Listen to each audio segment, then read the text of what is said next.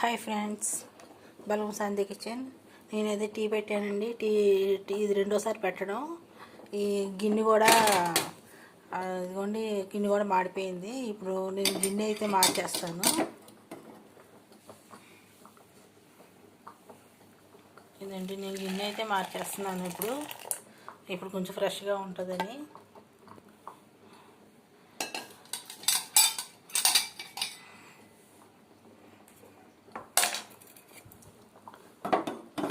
జొన్న అన్నం అయితే ఇదిగోండి, జొన్న అన్నం అయితే వండేసుకుంటున్నాను.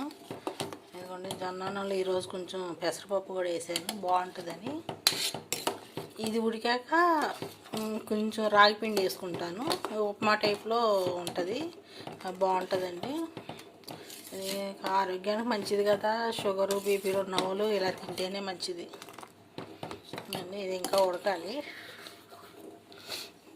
టీ అయితే మరిగిపోయింది. కూరలు అయితే నిన్నటి కూరలు అయితే ఉన్నాయండి. నిన్న కూరలు, ఈరోజు కూరలు కూడా పెద్దగా ఉండవసరం లేదు. కూరలు అయితే ఉన్నాయి.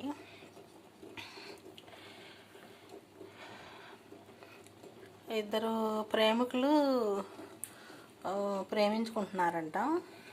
వాళ్ళ గాఢంగా ప్రేమించుకుంటున్నారంట. వాడు ప్రేమికుడు ఏం చేశాడు, లవరు బండి కొన్నాడంట. బండి కొని నా ప్రేయస్ని ఎక్కించుకొని తిప్పాలని చెప్పి ఇద్దరు బిల్డప్ పోలే కొంచెం బిల్డప్ ఇచ్చాడంట.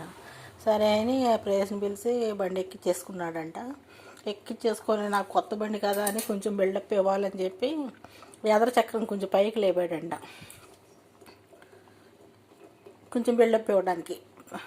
పైకి లేపేసరికి ఆవిడేమో లవరు కింద పడిపోయిందంట. కింద పడిపోయేసరికి నేల తగిలేసిందంట. నేల తగిలేసి ఇక వెన్నుపోసి ఇరిగిపోద్ది కదండి పైనుంచి పడేసరికి. ఆ అమ్మాయి డాక్టర్ దగ్గర తీసుకెళ్తే ఎందుకు నడవలేదు, ఇక మంచం మీదే ఉంటాం అని అందంట. ఆ అబ్బాయి చూస్తాడండి, చూడు కదా. ఇప్పుడు ఎవరు చూడాలి? వాళ్ళ అమ్మ చూడాలి. వాళ్ళ అమ్మకి ఇక ఇక గతిలేక ఏం చేస్తుంది, కూతురు చేసిన తప్పులకి ఇక వాళ్ళ అమ్మే చూడాలండి. ఇక వాళ్ళ అమ్మే చూస్తుంది.